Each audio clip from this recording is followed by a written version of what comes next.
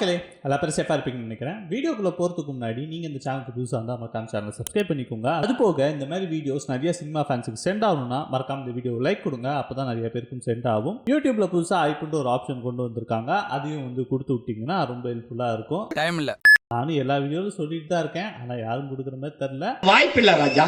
Time இருந்துச்சுன்னா அதை கொஞ்சம் கொடுத்துட்டு போங்க. சரி, ரொம்ப டைம் வேஸ்ட் பண்ணாமல் வீடியோக்குள்ளே போகலாம்.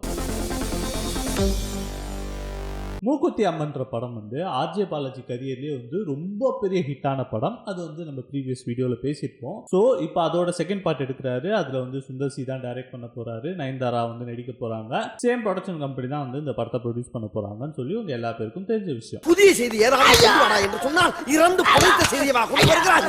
அது ஏன்டா இப்போ சொல்றேன்னு சொல்லி கேட்டீங்கன்னா, அதோட கண்டினியூஷனான ஒரு விஷயம் கொண்டு வரதுக்காக தான் நான் இவ்வளோ ஃப்ளோவா ஒரு விஷயம் சொல்லிட்டு இருந்தேன். அட வெக்கம் கட்டுவீங்களா? அதாவது என்னன்னா, இந்த படத்தோட பட்ஜெட் வந்து 100 கோடின்னு சொன்னோன்னே 100 கோடி சுந்தர்சிக்கு வந்து 100 கோடி பட்ஜெட்ன்றதுலாம் வந்து ரொம்ப பெரிய விஷயம். அவருக்கு வந்து அவ்வளோ கெப்பாசிட்டி கிடையாதுன்னு சொல்லி நிறைய பேர் வந்து நெட்டிசன்கள் வந்து கமெண்ட் சொல்லிட்டு இருந்தாங்க. என் பணம், என் காசு, என் பைசா, என் டப்பு.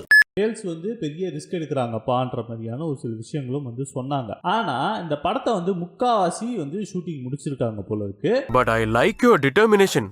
ஸோ முடிச்ச வரைக்கும் இந்த படத்தோட ப்ரோமோ கட் பண்ணி நம்ம ப்ரொடியூசரான வேல்ஸ் அண்ட் டீமுக்கு வந்து காட்டியிருக்காங்க. அந்த டீம் பார்த்துட்டு பிரமிச்சு போயிட்டாங்களாம்.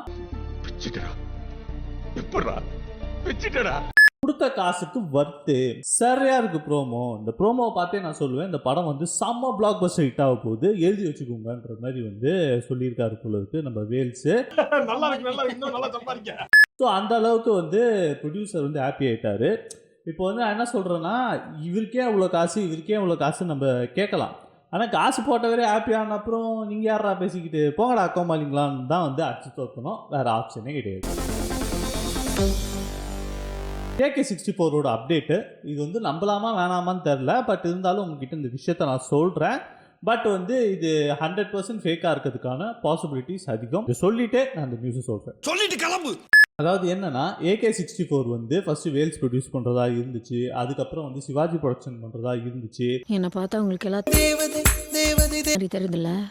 அதுக்கப்புறம் இவங்க 2 பேரும் பண்ணல, ரோமியோ பிக்சர்ஸ் தான் பண்றாங்கன்னு சொல்லி இப்போதைக்கு ஒரு ஃபைனல் ஆயிருக்கு. இந்த படத்தை வந்து ஆதிக் தான் வந்து டைரக்ட் பண்ண போறாரு. அதுவும் உங்களுக்கு தெரிஞ்சிருக்கும். இந்த படம் வந்து கொஞ்சம் பிரம்மாண்டமான ஒரு படமா தான் பண்றாங்க போல இருக்கு.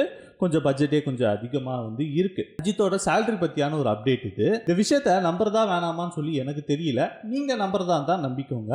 அதாவது என்னன்னா, AK வந்து இந்த படத்துக்கு சேலரியே வாங்கல. நீயும் கேட்கலாம், ஊரெல்லாம் சொந்தம் கொண்டாடும். முழுசா கேளுங்க. சேலரிக்கு பதில் இவர் என்ன வாங்க போறாருன்னா, இந்த படத்துக்கு வந்து சேல்ஸ் ஆகும் தெரியுமா, OTTயும் சேட்டலைட்ஸும் ஒரு அமௌண்ட் விற்கும் தெரியுமா, அந்த அமௌண்ட்டை வந்து அப்படியே வந்து நம்ம அஜித் அக்கௌண்ட்டுக்கு வந்து ட்ரான்ஸ்ஃபர் பண்ண போறாங்க. இதுதான் வந்து ஒரு அக்ரிமெண்ட்டாக பேசியிருக்காங்க போல இருக்கு. இது நல்ல விஷயம் தானடா, இது ஏன்டா ஃபேக்குன்னு சொல்லி கேட்குறீங்கன்னு வச்சுக்கோங்களேன். அஜித் வந்து ஆல்ரெடி இந்த படத்துக்கு 150 கோடி ரூபாய் ஒரு சம்பளம் கேட்டிருக்காருன்னு சொல்லி நிறைய பேர் வந்து பேசியிருக்காங்க. மேபி அந்த அமௌண்ட்டு ஹையரா லெஸ்ஸாக இருக்க வாய்ப்பு இருக்குது. ஓகேவா? திடீர்னு 150 கோடி ரூபாய் சம்பளம் கேட்குற ஒரு ஆள் எப்படி திடீர்னு OTT சேட்டலைட் சொல்லி கொடுங்கன்னு சொல்லி நீங்கள் கேட்குறாங்க. வாய்ப்பே இல்லை. எனக்கு தெரிஞ்சு அஜித்தோட படம் மேக்ஸிமம் ஒரு 160 crores 170 crores வரைக்கும் தான், அதுவே ஹையஸ்ட்டு. ஓகேவா? அது வரைக்கும் தான் சேட்டலைட் டிஜிட்டலே சேல்ஸ் ஆகும். ஓகேவா? ஆல்ரெடி நான் இங்கே நியூஸ் கேள்விப்பட்டிருப்பீங்க.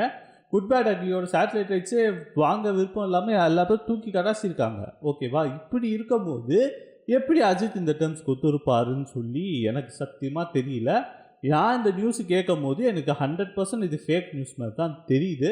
நீங்கள் நம்புறதான் தான் நம்பிக்கோங்க. இன்கேஸ் அது உண்மையாக இருந்தால் பாராட்டுக்கள். எனக்கு தெரிஞ்சு அது உண்மையாக இருக்க வாய்ப்பு இல்லை. அவ்வளோதான்.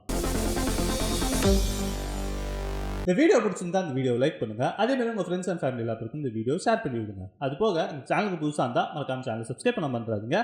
Have a great day. நன்றி, வணக்கம், டாட்டா, பை பாய்.